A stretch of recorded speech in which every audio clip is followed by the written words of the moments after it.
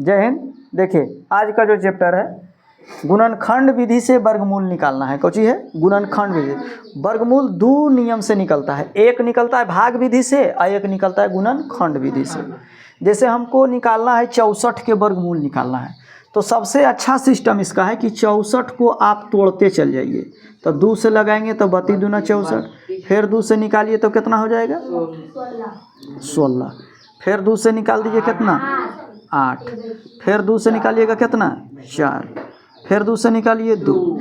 वर्गमूल के सिस्टम है कि आप इसको ऐसे कर दीजिए। कैसे? इस टाइप से कर दीजिए। देखिए 2 गुने 2 गुने 2 गुने 2 गुने 2 यानी 6 गो।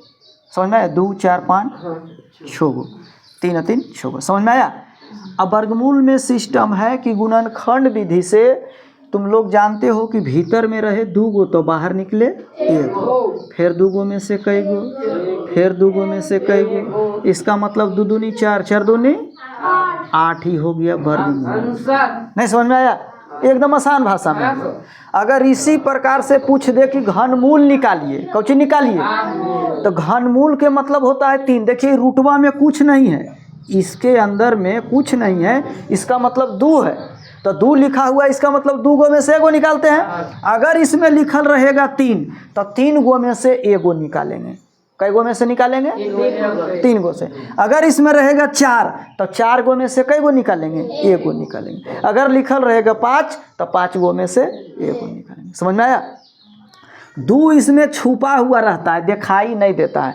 2 से जैसे आगे बढ़ेंगे 3 तो इसमें लिखल रहेगा, जैसे लिखल रहेगा ऐसे। इतना का हल करे या घनमूल निकाले तो इसको क्या करेंगे? ऐसे निकालेंगे। 3 तिया 9 तिया 27। समझ में आ रहा है? ये एग्जाम्पल में ऐसा ही बता रहे हैं।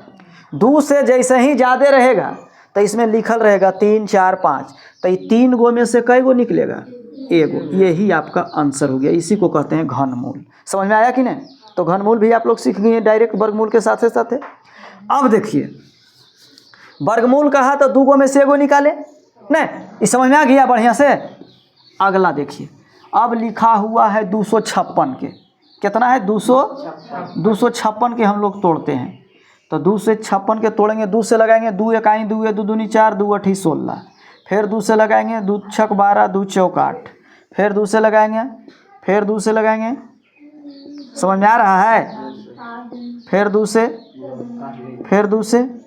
अब इसको ऐसा ही लिखिएगा। कैसे लिखिएगा? तो कई गो है? 3 3 6 2 8। इसका मतलब है कि उसमें लिखना कोई ज़रूरी नहीं है, डायरेक्ट आंसर हम लिख देंगे। नहीं, यहीं से तोड़ के ये 2 गो में से कई गो निकलेगा? फिर 2 गो में से कई गो निकलेगा? फिर 2 गो में से कई गो निकलेगा? फिर 2 गो में से कई गो निकलेगा? यानी 2 दूनी 4 4 दूनी 8 दूनी, यही 16 है आपका इसका वर्गमूल हो गया। आसान भाषा में समझ में आया कि नहीं? एकदम आसान भाषा में। अब 1296 इसको क्लीन करते हैं। अब इसको देखते हैं बना के 1296। तो 1296 को तोड़ते हैं पहले 2 से। 2 6 12 2 4 8 2 8 16। फिर 2 से तोड़ेंगे 2 तिया 6 2 दूनी 4 2 4 8। फिर 2 से लगाएंगे 2 1 2 2 6 12 2 दूनी 4। फिर 2 से लगाएंगे 2 8 16 2 1 2। अब देखिए 2 से अब नहीं टूटेगा। 2 से कब टूटता है? तो जिसका अंतिम अंक 0 रहे, 2 रहे, 4 रहे, 6 रहे, 8 रहे, तो 2 से वो कटेगा। समझ में आया? अब 3 से देखेंगे तो 3 से ही कट जाता है। 27 81। 3 से 9 तिया 27। 3 से 3 तिया 9। अब आप लोग बताइए कि 2 गो में से कई गो निकालेंगे? अब फिर देखिए 2 गो में से कई गो निकालेंगे? 2 गो में से कई गो निकालेंगे? 3 नहीं जी। फिर 2 गो में से कई गो निकालेंगे? नहीं समझ में आया?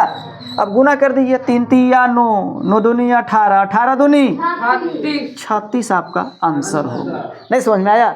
ये आसान भाषा में यही है वर्गमूल। ये हुआ गुणनखंड विधि से। एगो भाग विधि से बनता है, तो अगला वीडियो में हम जरूर बनाएंगे, है ना?